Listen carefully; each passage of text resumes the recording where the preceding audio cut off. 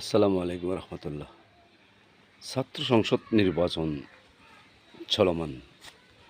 ডাকসু, রাকসু সহ আপনার ঢাকা বিশ্ববিদ্যালয়, জাহাঙ্গীরনগর বিশ্ববিদ্যালয়, পরবর্তীতে রাজশাহী বিশ্ববিদ্যালয়, আস্তে আস্তে ধারাবাহিকভাবে আমরা এই সকল বিশ্ববিদ্যালয় এবং কলেজগুলোতে ক্রমান্বয়ে আমরা ছাত্র সংসদ নির্বাচন দেখব। কিন্তু আমরা বাংলাদেশে এই মুহূর্তে আমরা একটা এমন একটা সিচুয়েশনে আমরা বাস করছি, যেখানে বাংলাদেশের একটা বৃহৎ দল দুর্নীতি, অনিয়ম, দুঃশাসনের কারণে তারা পলাতক, তারা রাজনীতিতে অনুপস্থিত। এই মুহূর্তে বাংলাদেশে বাংলাদেশ নিয়ে বাংলাদেশকে ডিল করার জন্য আমাদের নেতৃত্ব অত্যন্ত জরুরি হয়ে পড়েছে।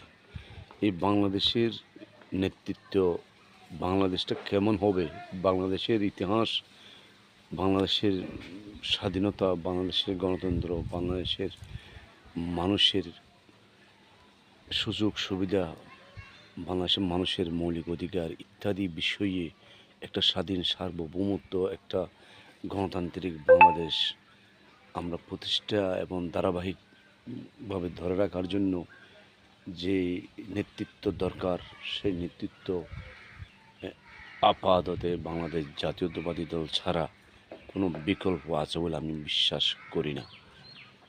এখন যদি আমরা এই ছাত্র সংসদ নির্বাচনের মধ্যে দিয়ে যে নেতৃত্ব তৈরি হবে, সেই নেতৃত্ব কি বাংলাদেশ ডিল করে কিনা সেটা আমাদের দেখতে হবে।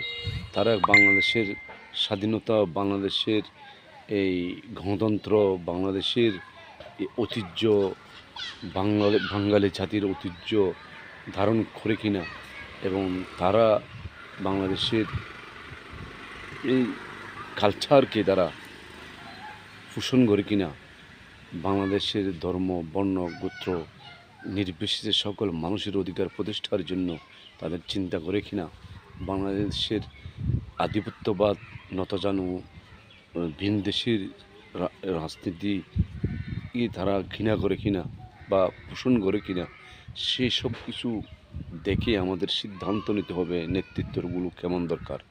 যারা বাংলাদেশি এবং বাংলাদেশের সীমান্তমুক্ত, বাংলাদেশের ভূখণ্ড, বাংলাদেশের গণতন্ত্র, বাংলাদেশের মানুষকে লালন করে কিনা সেটা দেখে আমাদের নেতৃত্ব তৈরি করতে হবে।